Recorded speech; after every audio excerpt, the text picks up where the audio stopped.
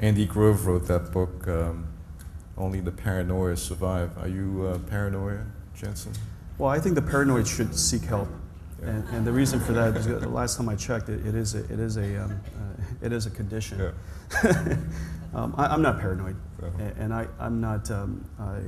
When I look at the competition, I think what he was trying to say was an extreme version of don't be complacent. Sure. And I don't find myself paranoid, and I don't look over my shoulder. I do believe that my competition wants to put me out of business, but that's not. You don't have to be paranoid about that, because you know for certain they want to put you out of business, and so you don't have to question whether they do or not. You don't have to second guess whether they do or not. They certainly do, and we are in one of the most competitive industries in the world, and so I think but that's also invigorating. I think competition invigorates me, and competition makes you better. It hones your thinking. It keeps you focused, and certainly keeps you up at night as well. But I'm not paranoid at all. On the personal side, what advice would you give young people today looking at you, looking at their future? What advice would you give the 29-year-old Jen-Hsun Huang? Well, the 29-year-old Jen-Hsun Huang didn't want to take any advice from anybody, but That's not what Lori told me last night, though. You know, that's his wife. Jen-Hsun's wife is here, Lori, and don't take any advice from anybody except your wife. But there, I'm not sure you're taking any advice. You're just taking instructions.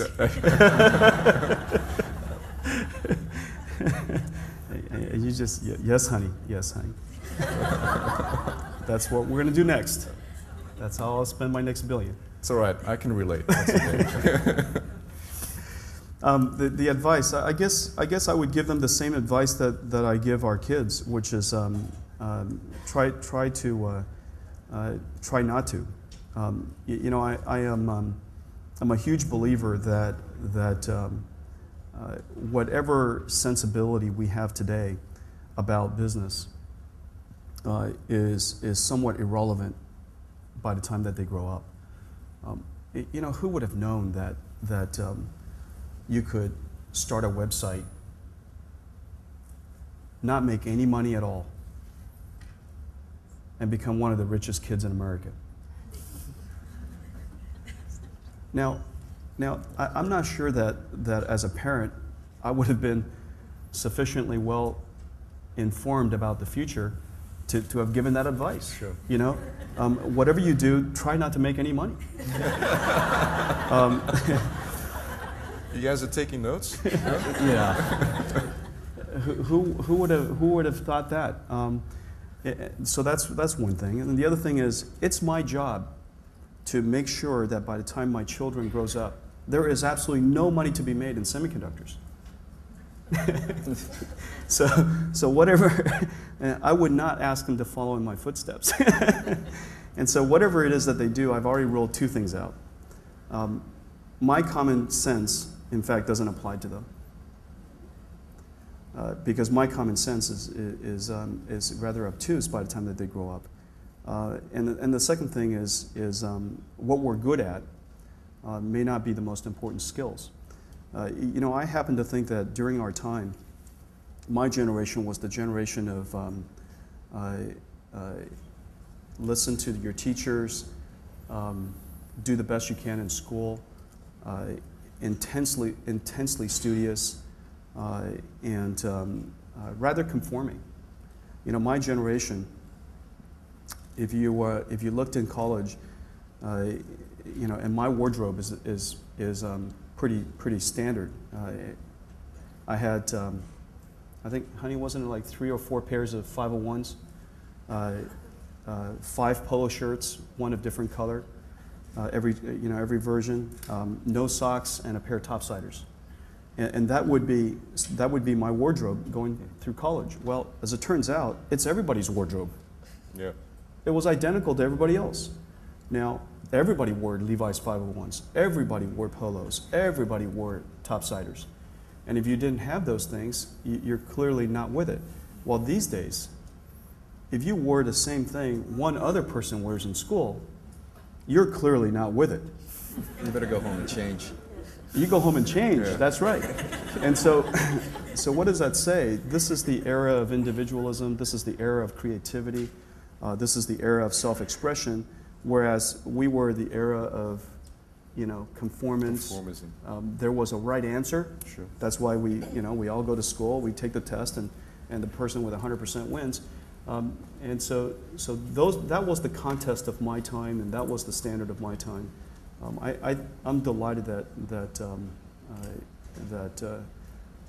the young of today didn't have to follow in our footsteps.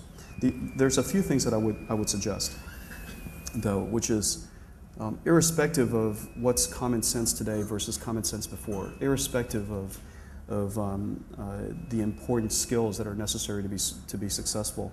The one thing that I believe is a common is whatever you decide to do what you love and love it with an immense amount of passion.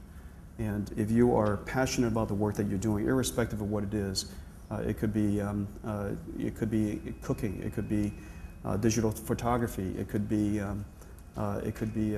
making pottery, it could be making websites for fun.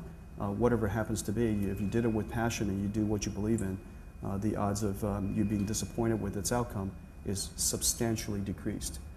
I think that you have to do what you love instead of doing what you think is right or makes money, because I think in the end, not very many people make it and be immensely successful. But you're supposed to be proud of the work that you do, and you're supposed to be happy with the work that you do, and I think that being passionate about it is really the baseline. If you weren't running NVIDIA today, what would you do, Jen-Hsun? Nothing. I would be doing, I am doing exactly what I want to do. I don't think about the alternative. My world is my family, NVIDIA, and then Family again? go right back to the top of that list. I should mention Jen-Hsun has two children, a 15-year-old girl Yes, and a and 16-year-old boy. 16-year-old boy. Hey, Jen-Hsun, if I might ask a question, actually, the progression from Dr. Morris Chang to yourself and then ultimately to Steve, it's interesting because as you lay out that progression, the formula for starting a company has changed remarkably. With Morris, it has been, you start as a product manager, you rise up to senior executive, you spend a career, I believe it was at TI. Yeah. And then you go off and you see a market opportunity and you fill it. Yours, it was a shorter progression, but still similar. And I think, what do you see now as, I think the barriers to starting a company are significantly less, primarily because the capital that goes in is significantly less, and because the market opportunities are so much more bifurcated. Yeah, there's a fundamental difference between pursuing an idea versus building a company.